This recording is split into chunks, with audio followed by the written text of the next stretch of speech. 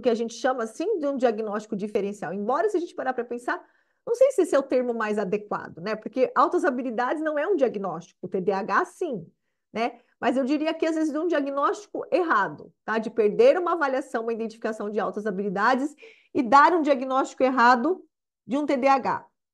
E por quê? Porque alguns indivíduos com altas habilidades de superdotação podem apresentar características típicas de TDAH, como alto nível de atividade, baixo controle de impulso, baixa tolerância à frustração, se sentem mais entediados rapidamente, baixa capacidade de atenção se eles não estão motivados pela tarefa.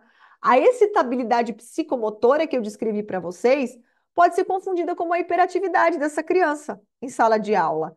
E a excitabilidade imaginativa, que a criança começa a criar mil coisas na cabeça, o professor pode olhar para ela em sala de aula e falar: nossa, ela está no mundo da lua, está desatenta. Então, esses comportamentos podem ser erroneamente interpretados como sintomas de TDAH. Ah, e como é que a gente faz a diferenciação disso, né? Porque em altas habilidades são em situações específicas que isso vai aparecer. Se a sala de aula não está motivadora, né? Se a situação que ele está vivenciando não traz nenhum tipo de motivação para interação, e aí ele começa a se dispersar. Enquanto o TDAH, ele está presente em vários ambientes, ele é mais invasivo, né? Ele invade mais os ambientes, as experiências da vida da criança e do adolescente, né? Agora, uma coisa que é importante, ter altas habilidades pode mascarar ou minimizar as dificuldades, principalmente do ponto de vista de desempenho escolar, de crianças e adolescentes com TDAH. Por quê? Porque a criança que tem altas habilidades, ela pode estar completamente dispersa se ela tem o TDAH, ou seja, o QI alto pode fazer com que essas crianças consigam driblar e desenvolvam estratégias e não tem impacto negativo nenhum no seu desempenho escolar. Já com relação ao transtorno do espectro autista, algum perfil, né, de pessoas com altas habilidades e superdotação podem compartilhar de problemas socioemocionais com indivíduos com autismo de alto funcionamento, né? A gente sabe, né, e não é criando estereótipos, mas tem aquele perfil de pessoas com altas habilidades que são muito mais pragmáticos, a gente fala cartesiano, não é que todos eles vão para a área de exatas, tá? Mas existe até uma tendência, e tem estudos que estudam adultos com altas habilidades, e seja ou diagnóstico diferencial ou dupla excepcionalidade com autismo dentro da área de tecnologia. Porque às vezes são cérebros mais pragmáticos, né, com mais dificuldade de abstração, né? E essas características acontecem em pessoas com autismo. Então, essas particularidades, às vezes, mais dificuldade de habilidade social, às vezes mais dificuldade de adaptação em diferentes contextos, às vezes um retraimento, né, uma dificuldade da abstração imaginativa, muitas vezes um déficit atencional quando não é de foco de interesse, falta de jeito, que entra muito a questão do desenvolvimento motor assíncrono, uma atenção muito grande em áreas de interesse e que às vezes são interesses em comum, e as alterações de ordem sensorial, bem como a resposta emocional muito intensa, podem ser confundidos com sintomas do autismo, né? Agora, o que difere é a cognição social, né? Os indivíduos com TEA, eles têm muita dificuldade em compreender a perspectiva do outro. É uma falha muito comum em autistas de alto funcionamento, né? Eles podem aprender alguns comportamentos sociais, agora, inferir o estado mental do outro continua a ser uma dificuldade, né?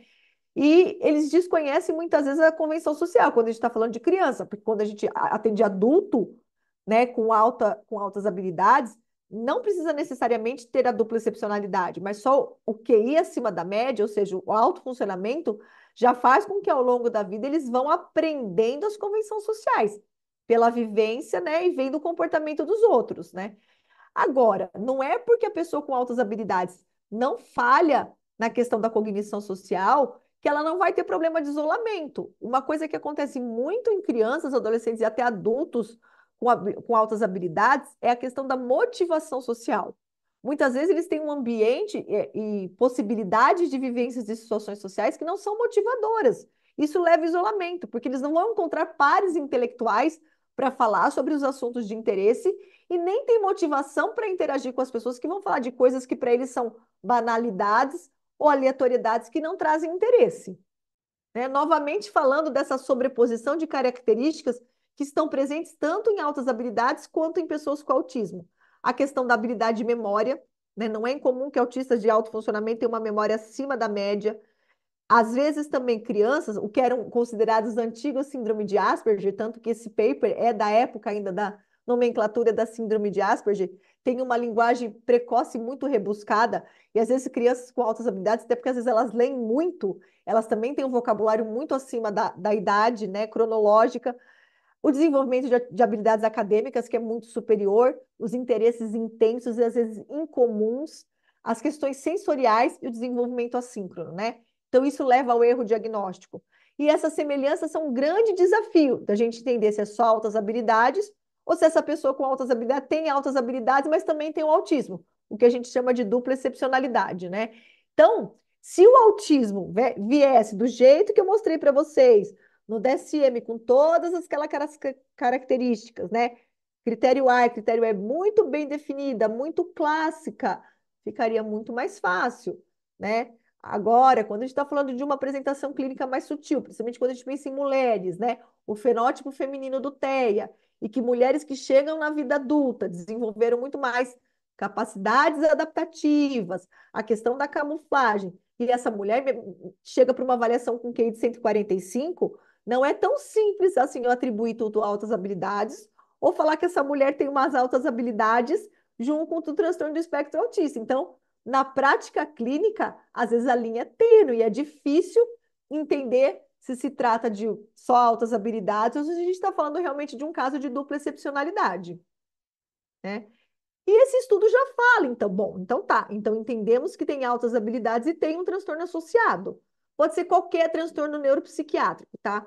Os mais estudados, de fato, são de neurodesenvolvimento, que é a correlação das altas habilidades com dificuldade de aprendizagem. Quando eu falei do desenvolvimento assíncrono, então pode ser muito bom, né, em muitas coisas, mas ter dificuldade de escrita e leitura, o TDAH e o TEA, né? Então, eu falei de quando a gente está falando de diagnóstico diferencial, porque algumas características podem ser confundidas, mas tem o inverso, né? O TEA e o TDAH pode estar presente em pessoas com altas habilidades, né? O maior subgrupo de pessoas com dupla excepcionalidade estudado são as dificuldades de aprendizagem. E aí são várias as dificuldades estudadas. Dislexia, distúrbio de linguagem receptiva e expressiva e até alterações de ortografia, né? E é importante identificar isso. Foi a primeiro slide que eu falei na introdução, né? Às vezes passa despercebido, não é valorizado ter altas habilidades. Só que isso precisa ser identificado, por quê? Para você direcionar para a intervenção adequada. Então, a identificação tanto do transtorno, né, associado, que leva à dupla excepcionalidade, como as altas habilidades, vai te direcionar para as intervenções adequadas. E aqui, novamente, né, quando a gente tem altas habilidades junto com o transtorno do espectro autista, esse prejuízo, essa sobreposição de dificuldade social, né, esse foco intenso de interesses, habilidades às vezes muito avançadas em diferentes áreas. Quando a gente tem altas habilidades com dificuldade de aprendizagem, que é o subgrupo mais estudado, né? Diferentes tipos de dificuldades. E junto com o TDAH, né, eleva muitas vezes a dificuldade atencional, como um TDAH, né, por mais que eu mencionei anteriormente, às vezes altas habilidades vai driblar algumas disfunções do TDAH, mas muitos indivíduos com TDAH vão continuar, mesmo sendo inteligência acima de 130 de QI, ter dificuldade de foco, de completar tarefa, de seguir instrução. Por quê? Porque eles têm TDAH. E isso faz parte do diagnóstico de TDAH, porque aqui a gente está falando da dupla excepcionalidade, né? E esse estudo fez o quê? Bom, então a gente entendeu, né, que o autismo é um diagnóstico que pode estar presente em pessoas com altas habilidades. Será que tem um funcionamento cognitivo acima do esperado ao longo da vida dessas pessoas com autismo? Vai ser um fator protetivo para o funcionamento adaptativo? Funcionamento adaptativo tem a ver com, como o próprio nome diz, né? A capacidade de funcionar em diferentes domínios do desenvolvimento. A capacidade de funcionamento com relação à comunicação, né? Seja a linguagem expressiva, receptiva, ou escrita e leitura, comportamentos adaptativos no sentido de autonomia, no sentido de ter independência para se virar num ambiente, na comunidade, com relação à aprendizagem, com relação à motricidade. Então, tudo isso a gente chama de funcionamento adaptativo, né? Então, o que esse estudo falou? Vamos ver se essas pessoas que têm o autismo e têm um QI maior que 130 é um fator de proteção para esse funcionamento adaptativo ao longo da vida. Então, eles avaliaram três grupos. Um grupo de pessoas que tinham um QI de altas habilidades maior que 130. Já um outro grupo de autistas que tinha um QI menor que 70, ou seja, tinha um autismo junto com uma deficiência intelectual, e um grupo de autistas com QI dentro da faixa de normalidade.